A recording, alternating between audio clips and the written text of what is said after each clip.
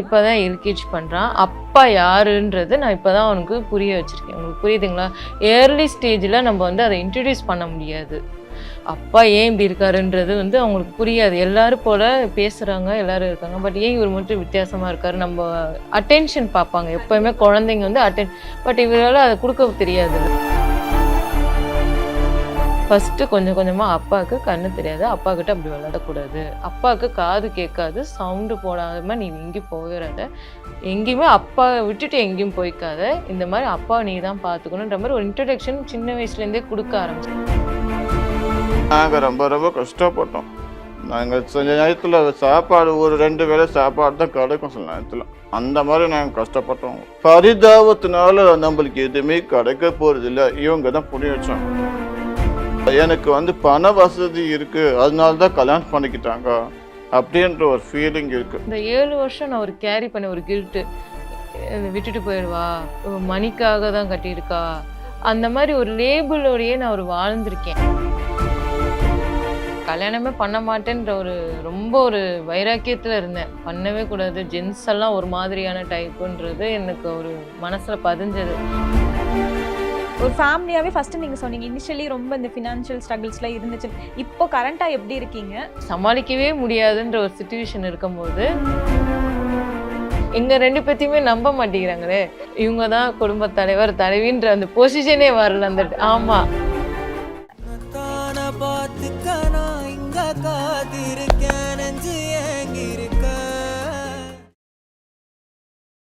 Darling solar 20,500 முன்பணத்தில் இப்பொழுது solar மூலம் இலவச மின்சாரம். இதெல்லாம் கோர்ட் நம்பணும்ல. சட்டம் பொண்ணுங்க சொன்னா நம்பும்பா. No compromise. உங்க சைடுலயும் எங்க சைடுலயும். It's a GT promise. நம்ம இப்போ இந்த ஷோ மூலிமா இப்போ நிறைய பேர் உங்களோட நீங்கள் பேசுனதை கட் பண்ணி போடுறாங்க, நிறைய வைரல் ஆச்சு. இதை பார்த்துட்டு உங்களுக்கு ஏதாச்சும் லைக் ஃபினான்ஷியல் சப்போர்ட்டோ இல்லை யாராச்சும் வந்து பேசுனாங்களா? அது ஃபினான்ஷியல் சப்போர்ட்டுன்னு அதெல்லாம் எனக்கு இல்லை. பட் எல்லாருமே வந்து உங்களை பற்றி நல்ல ஒரு அபிப்பிராயம் போயிட்டுருக்கு. ஸோ எங்களுக்கு அது ரொம்ப சந்தோஷமாக இருக்குது அப்படின்றது எனக்கு நிறைய பேர் அனுப்பியிருக்காங்க. எனக்கு என்னென்னா இந்த 7 வருஷம் நான் ஒரு கேரி பண்ண ஒரு கில்ட்டு, விட்டுட்டு போயிடுவா, மணிக்காக தான் கட்டியிருக்கா, அந்த மாதிரி ஒரு லேபிளோடையே நான் ஒரு வாழ்ந்திருக்கேன். என்னால் அது வந்து ப்ரூஃப் பண்ண முடியல. இல்லை, நான் இவருடைய லைஃபுக்காக தான் நான் இவ்வளோ தூரம் இருக்கேன்றதை என்னால் ப்ரூஃப் பண்ண முடியல. ஸோ அந்த ஷோ வந்து அந்த ஸ்டீரியோடைப்பை அந்த இதை பிரேக் பண்ணியிருக்கு. அவங்களோட யார் என்னை அப்படி பார்த்தாங்களோ அந்த பாயிண்ட் ஆஃப் வியூமே மாற்றி வச்சுருக்கு. ஸோ இப்போ நானுமே யோசிப்பேன், நம்மளும் ஒரு ஃபைனான்ஷியலாக ஒரு ஜாப் இருந்தால் நல்லாயிருக்கும் அப்படின்றது யோசனை இருக்குது. பார்க்கணும் இனிமேல் ஃப்யூச்சரில் அப்படி நமக்கு அமையும்னு நான் நினைக்கிறேன். இப்போ எப்படி மேம் இருக்குது? நீங்கள் இனிஷியலி ஒரு 7 இயர்ஸ் முன்னாடி நீங்கள் ஸ்டார்ட் பண்ணியிருப்பீங்கல்ல, அப்போ லிட்ரலி ஒரு 0ல் ஸ்டார்ட் பண்ண மாதிரி தானே. ஃபினான்ஷியலி சப்போர்ட் இல்லை, அண்ட் யாருமே உங்களுக்கு சொந்தக்காரங்களோ யாருமே சப்போர்ட் பண்ணல. இப்போ எப்படி இருக்குது லைஃப்? வந்து இவ்வளோ ஸ்ட்ரகிள்ஸ்க்கு அப்புறம் இப்போ நீங்கள் ஒரு நல்ல பொசிஷனில் இருக்கீங்க. அதாவது தேன் கொட்டும் தான், ஆனால் அந்த கூடு உடைச்சா அது தேனோட சுவை நல்லாயிருக்கும். அதை நான் எக்ஸ்பீரியன்ஸ் பண்ணுறேன். அது நிறைய கொத்து எல்லாம் வாங்கி பைட்டெல்லாம் வாங்கிட்டு வீங்கி எல்லாம் இதானதுக்கப்புறம் அந்த மருந்தாக வந்து அந்த தேன் கிடைக்குது பார்த்தீங்களா, அந்த சுவையை நான் இப்போ அனுபவிக்கிறேன். ஒரு ஃபேமிலியாகவே ஃபஸ்ட்டு நீங்கள் சொன்னீங்க இனிஷியலி ரொம்ப இந்த ஃபினான்ஷியல் ஸ்ட்ரகிள்ஸ்லாம் இருந்துச்சு. இப்போ கரண்ட்டாக எப்படி இருக்கீங்க? சமாளிக்கிறேன். முன்னாடி சமாளிக்கவே முடியாதுன்ற ஒரு சிச்சுவேஷன் இருக்கும்போது கடவுள் வந்து ஒரு வேலை கொடுத்து எனக்கு ஒரு பையனை கொடுத்து இவங்க 3 பேரையும் நான் சமாளிக்கிற லெவலுக்கு என்னை கொண்டுட்டு வந்திருக்காரு. மற்றவங்க மாதிரி இந்த வீக்கெண்ட் ஆகி அந்த மாதிரிலாம் நான் எக்ஸ்பீரியன்ஸ் என்னால் எப்படி மேனேஜ் பண்ண முடியுமோ அவ்வளோ மேனேஜ் என்ன இப்போ நான் ஒன்றும் ஒரு ஜாபில் செக்யூர்டாக இருந்தேன்னா இன்னும் ஃபைனான்ஷியலாக கொஞ்சம் இண்டிபெண்ட்டாக இருக்க முடியும். ரொம்ப ஒரு எமர்ஜென்சி தேவை, கொஞ்சம்னா நம்ம யாரையுமே போய் பார்க்க வேணாம், யார்ட்டையும் போய் கேட்க வேணாம்ன்ற மாதிரி எனக்கு ஒரு ஃபீலிங் இருக்குது. அதே மாதிரி தான் எங்களை போல் யாரெல்லாம் வீடு தேட வராங்களோ அவங்களுக்கும் வந்து இப்போ நான் இந்த வீடியோவில் சொன்ன மாதிரி நிறைய பேருக்குமே இப்போ ஒரு ஐ ஓப்பனாக இருக்கும். ஏன்னா நான் அந்த 1 மந்த் ஸ்ட்ரகிள் பண்ணிட்டு எங்கள் அப்பா சொன்னேன், இதுக்கு தான் இங்கே வந்தீங்களா இவ்வளோ அவமானப்பட்டுட்டு வீடு தேடுறதுக்கு அப்படின்னு கேட்க ஆரம்பிச்சாங்க. ஸோ திருச்சியில் இருந்தீங்களா? ஆமாம், நான் திருச்சி. சென்னை வந்தீங்களா? நான் வந்து 2 இயர்ஸ் ஈசிஆரில் இருந்தேன். ஓகே. ஈசிஆரில் வந்து யாருமே அப்படியே கண்டினியூ தான் ஆச்சு. அப்போ வந்து என்னோட அம்மா வந்து பார்த்துட்டு போகிறதுனால அம்மாவோட தயவில், அதாவது ஒருத்தவங்க இருக்காங்க பார்த்துக்கிறதுக்குன்ற ஒரு எங்க 2 பேத்தையுமே நம்ப மாட்டேங்கிறாங்களே. இவங்க தான் குடும்பத் தலைவர், தலைவின்ற அந்த பொசிஷனே வரல. கொடுக்க ஆமா. மாட்டாங்களா? ஸோ வீட்ல ஒரு பெரியவங்க இருக்காங்க. அவங்க நம்பிக்கையில குடுத்தாங்க. ஸோ அந்த குழந்தை பிறந்து ஒரு 4 இயர்ஸ். ஏன்னா வந்து குழந்தை வளர்ப்புன்றது ஈஸி கிடையாது. ஏன்னா அவங்க அப்பா வந்து இப்படி இருக்காரு. நான் தான் வந்து அதை இன்ட்ரடியூஸ் பண்றேன். குழந்தைக்கு இப்போ லைக் என்ன படிக்கிறாங்க அவங்க? இப்பதான் எல்கேஜி பண்றான். அப்பா யாருன்றது நான் இப்பதான் அவனுக்கு புரிய வச்சிருக்கேன். உங்களுக்கு புரியுதுங்களா? ஏர்லி ஸ்டேஜ்ல நம்ம வந்து அதை இன்ட்ரடியூஸ் பண்ண முடியாது.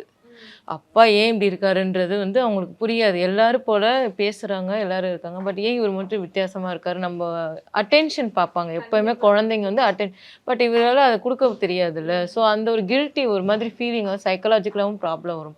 ஸோ அதை நான் வந்து ஒமிட் பண்ணுறதுக்காக நான் என்ன பண்ணிட்டேன்னா, ஃபஸ்ட்டு கொஞ்சம் கொஞ்சமாக அப்பாவுக்கு கண்ணு தெரியாது, அப்பா கிட்ட அப்படி விளையாடக்கூடாது, அப்பாவுக்கு காது கேட்காது, சவுண்டு போடாமல் நீ எங்கேயும் போயிடாத, எங்கேயுமே அப்பா விட்டுட்டு எங்கேயும் போய்க்காத, இந்த மாதிரி அப்பா நீ தான் பார்த்துக்கணுன்ற மாதிரி ஒரு இன்ட்ரடக்ஷன் சின்ன வயசுலேருந்தே கொடுக்க ஆரம்பிச்சிட்டேன். ஸோ பையனுமே பார்க்குறான், நான் இவர்கிட்ட பேசுகிறேன்னா கையில் தான் ஏதோ பேசுகிறேன் அப்படின்றத அவன் கற்றுக்கிட்டான். ஸோ அவனுமே வந்து கொஞ்சம் கொஞ்சமாக அந்த சைன் லாங்குவேஜ் பார்த்து பார்த்து அவனுமே ஷோ பண்ண ஆரம்பிச்சிட்டான். ஒரு நேரம் பார்த்துனா அது எப்படி நம்ம அப்பாவை கூட்டிட்டு போகணும். இப்போ சர்ச்சுக்கு போகிறோம், அவங்க சேர் இருக்கு, தனியா போவாங்களா? தனியா போக மாட்டாங்க. ஓகே ஏன்னா அவன் என்னை விட்டு இருக்க மாட்டான். ஓகே. ஸோ நான் போறேன்னா அப்பா இழுத்துட்டு போடா, கூட்டிட்டு போய் உட்கார விட, அவன் அந்த அந்த இதெல்லாம் ஸோ அவன் பண்றது. இந்த வயசுலயே வந்து அப்பாவோட கண்டிஷன் தெரிஞ்சு அந்த இதை கத்துக்கிட்டான். ஏர்லியராகவே அப்பா வந்து சைன் லாங்குவேஜில் தான் இருக்காரு, நம்ம தான் எல்லாமே கூட்டிகிட்டு போய் காட்டணும் அப்படின்றது அவன் இந்த வயசுல கற்றுக்கிட்ட தொட்டு இப்போ சின்ன சின்ன சயின்ஸ் காட்டுறான். இதுனா நோ, எஸ், அந்த மாதிரி சின்ன சின்ன சயின்ஸ் இப்போ தான் அவனும் கற்றுக்குறான். வளர வளர அவனும் நம்மள மாதிரி எல்லா சயின்ஸுமே அப்பாட்ட கம்யூனிகேட் பண்ணுறதுக்கு கற்றுக்க ஆரம்பிச்சிருவான். குழந்தையா இருக்கிறப்ப அவனுக்கு ஒரு ஆசை இருந்திருக்குல்ல, ஆமாம், எல்லாரும் மாதிரி நம்ம ஜாலியா விளையாடணும், அப்பாவோட அது விளையாடுறது, நான் அந்த மாதிரி ஏதாச்சும் அதை நான் வந்து இருந்துச்சா? சொல்லிட்டேன். ஓகே. அவன் குழந்தையிலேருந்தே அப்பா யாருன்றதை நான் புரிய சொல்லியிருக்கேன். வச்சிட்டீங்க ஆமா, ஸ்டார்டிங்கே. அப்பாட்ட மடியில, ஏன்னா ஆன்லைன் கிளாஸ் இருக்கும், அப்பா வந்து ஆன்லைன் கிளாஸ் எடுக்கிறாரு, ஸ்டூடெண்ட்ஸ் இருக்காங்க, அப்பா மடியில நம்ம அமைதியா உட்காந்துக்கணும்ட்டு அவன் அதுல அமைதியா உட்காந்து இந்த டிவைஸை மடியில வச்சுக்குவான். அப்பா வந்து அதை ரீட் பண்றதை அவன் அதை அப்படியே அப்சர்வ் பண்றான். அப்பா ஏன் டிஃப்ரெண்டா இருக்காரு மத்தவங்கள விட. நம்மள விட ஓகே. ஸோ அது வந்து ஏர்லியராகவே நான் இன்ட்ரடக்ஷன் கொடுக்க ஆரம்பிச்சிட்டேன். அதனால அவனுக்கு அந்த ஃபீலிங் இல்லை, அப்பா வந்து டிஃப்ரெண்ட்டுன்னு இல்லை. அப்பாவுக்கு வந்து நம்மளை விட அவர் வேற மாதிரி இருக்காரு. மற்றவங்க நினைப்பாங்க நம்மளை விட இவர் வேற அப்படின்னு. நம்மளை விட ஒரு அடுத்த ஸ்டெப்ல இருக்காரு. ஏன்னா வந்து டிவைஸ் வச்சிருக்காரு, ஏதோ மிஷின் என்னமோ மாதிரி. பண்றாரு அப்பா அந்த மாதிரி. ஸோ அவனுக்கு வந்து அது ஒரு ஒரு ஐகானிக்கா அந்த ஸ்டேஜ் ஆயிடுச்சு. கண்டிப்பா அப்பா வந்து எல்லா ஒரு ஸ்டேஜ்ல ஒரு சூப்பர் ஹீரோ மாதிரி தான் ஆமா. இருப்பாங்க. அந்த மாதிரி அவன் ஃபீல் பண்றான் போல. ஆமா. அதனால அவன் அதே இமிட்டேட் பண்ண ஆரம்பிச்சிட்டான். ஸோ எனக்கு அந்த டிஃபிகல்ட்டிஸை நான் வந்து ஏர்லியராகவே அதை பிரேக் டவுன் பண்ண முடியும். ஏன்னா நிறைய இது நான் படிச்சிருக்கேன். சில்ட்ரன் பேரண்ட்ஸ் அந்த சில்ட்ரனோட கம்யூனிகேஷன்ஸும் சரி, சில்ட்ரன் சைக்கலாஜிக்கலாகவே கொஞ்சம் ப்ராப்ளம் ஃபேஸ் பண்ணுவேன். அடலிசன்ட் டைமு. ஸோ அந்த டைம் எல்லாம் இருக்கிறத நான் படித்ததுனால நான் அது ஏர்லியராகவே அந்த ஸ்டேஜை எடுத்துக்கிட்டேன். அப்பா யாருன்னு நம்ம வெளிப்படையாக சொல்லணும். ஏன்னா மறைக்கிறது பெருசு இல்லை.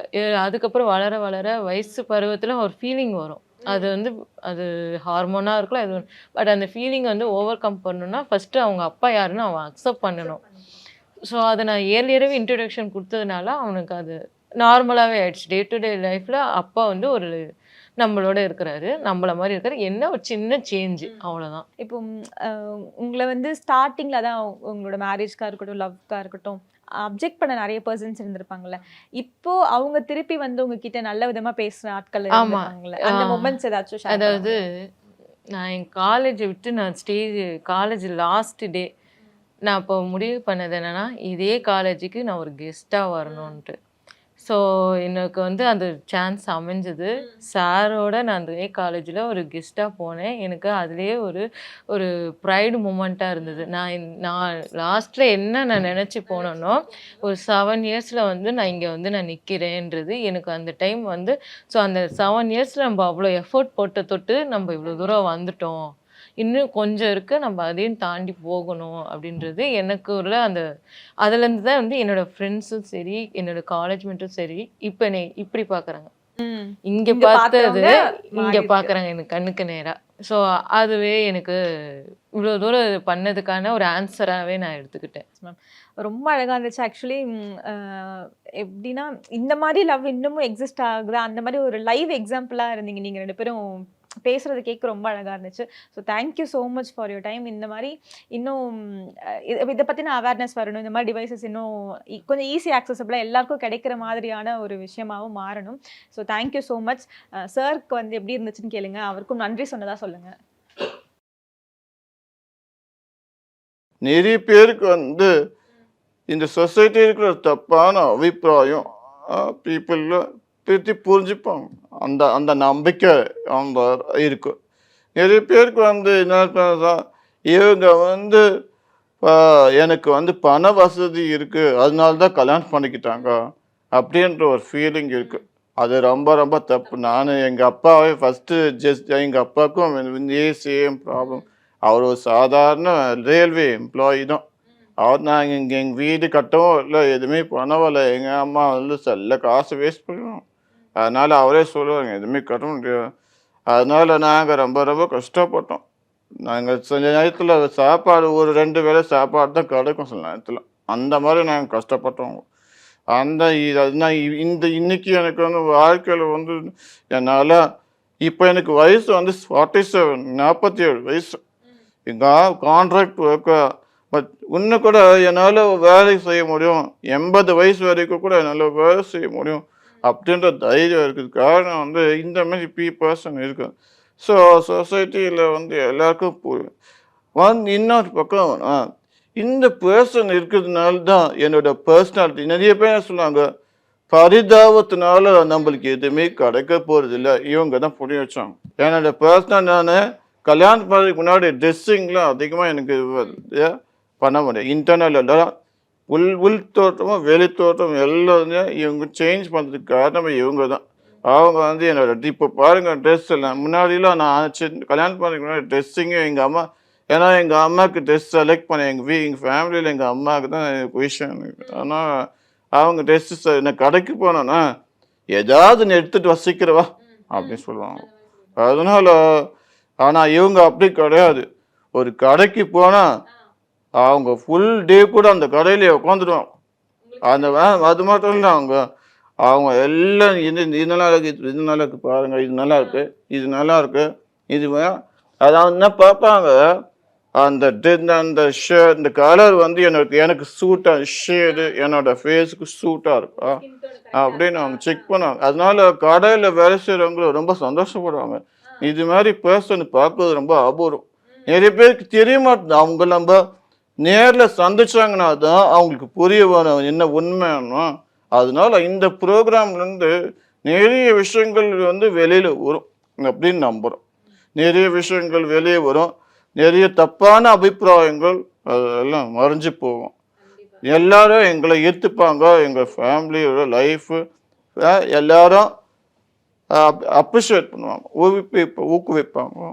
இது மாதிரி நிறைய பேருக்கு வந்து வாய்ப்பு. இப்போ கூட நான் இந்த லாஸ்ட் டைம் இந்த தமிழா ப்ரோக்ராம் முடிச்சதுக்கப்புறம் எனக்கு ஒரு பர்சன் அரியலூர்லேருந்து காண்டாக்ட் பண்ணார்.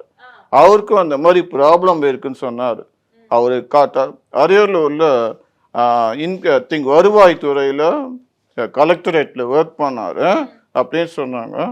இது மாதிரி எனக்கும் சார் நான் உங்கள் ப்ரோக்ராம் பார்த்தேன், ரொம்ப நல்லா இருந்துச்சு.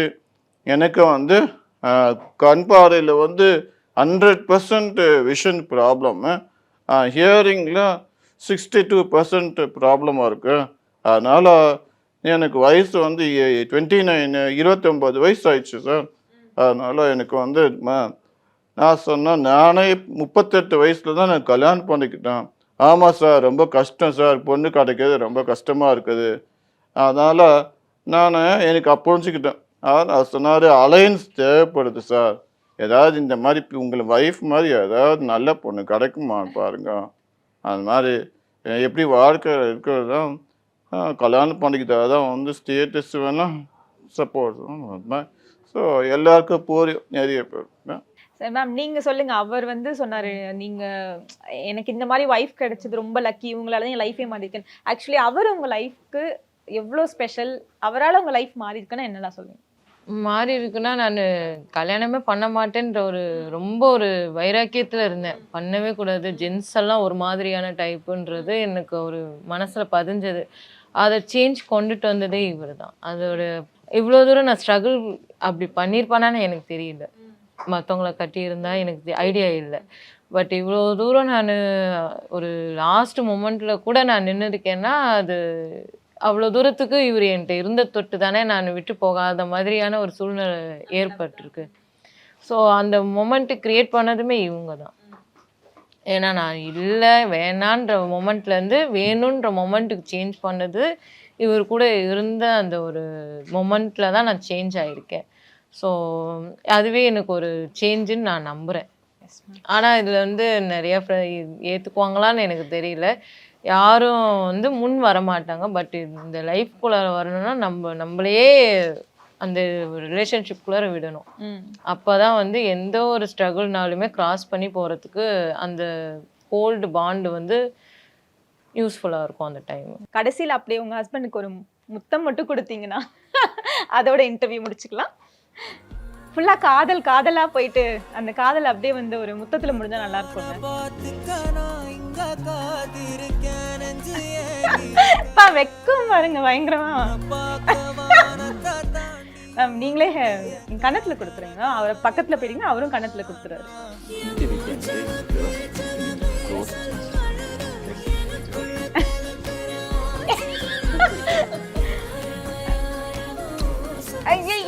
சார் நீங்களும் கொடுத்துருங்க சார் வைஃப்க்கு. அவ்வளோதான், சூப்பர். அச்சோ மேம், என்ன மேம் பயங்கர ஷையா இருக்காரு மேம், எப்படி ஹேண்டில் பண்றீங்க? அது ஃபர்ஸ்ட் டைம் பப்ளிக்ல, அதனால. தேங்க்யூ ஸோ மச் மேம், ரொம்ப ரொம்ப நன்றி. ஆக்சுவலி ரொம்ப ஹாப்பியாக இருந்துச்சு உங்களோட பேசுனது. உங்களோட டைமுக்கு ரொம்ப நன்றி. Thank you so much. Thank you. Darling solar 20,500 முன்பணத்தில் இப்பொழுது சோலார் மூலம் இலவச மின்சாரம். இதெல்லாம் கோர்ட் நம்பணும்ல. சட்டம் பொண்ணுங்க சொன்னா நம்பும்பா. No compromise. உங்க சைடுலயும் எங்க சைடுலயும். It's a GT promise.